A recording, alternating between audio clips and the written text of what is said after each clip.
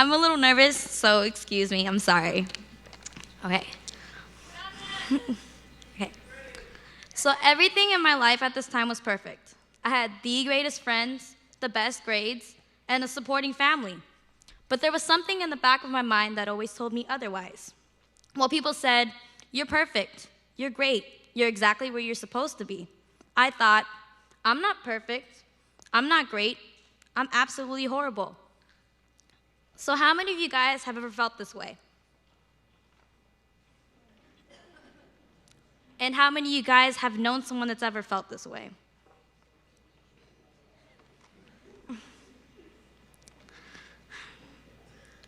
I pretty much hated everything about myself, and I didn't even know why. I had lots of late and sleepless nights thinking absolutely negative thoughts about myself. I even cut my wrist. Why? Because it gave me a satisfaction to the thoughts that I was having. But no one knew. I hid this from everyone. Some did have their suspicions, but I kept on denying it. I was scared of what would happen if I let people know what I was going through. I didn't want anyone to feel sorry for me. I didn't want people to refer to me as the girl who cuts or the girl who wants attention. I didn't want anyone to know anything. As you know, it's not good to keep things like this held in. And one day, I guess I felt so overwhelmed that I wrote about it. Sorry. I remember writing that page and a half because it contained every single thing that I was thinking about myself and every single thing that I had done to myself, including my cutting. I wrote about how I hated myself to the core. I gave it to my English teacher as an extra credit assignment, and he didn't understand why, but he asked about it. I took a risk, and I told him everything. At the time, I felt so vulnerable and scared. When I was telling him, my words were shaking, and I was trembling like I'm doing now. I was crying the whole time. Why? Because I was putting every ounce of my heart out there. My secret was finally out. I had no control of what was coming next. This page and a half triggered so many consequences. I didn't know what was coming. My English teacher then had to tell a counselor. The counselor referred me to lots of services that could help me with what I was going through. Then she had to tell my parents.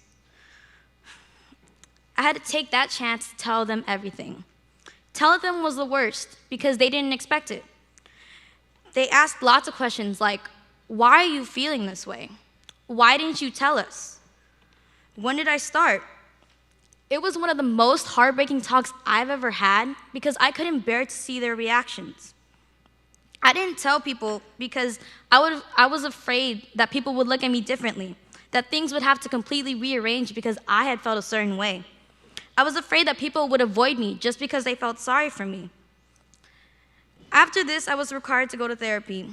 I wasn't open to the process at first, and it took a long time for me to warm up. It definitely wasn't an overnight recovery. At first, I thought it was crazy because I had to go to therapy. But as time progressed, I started to progress too.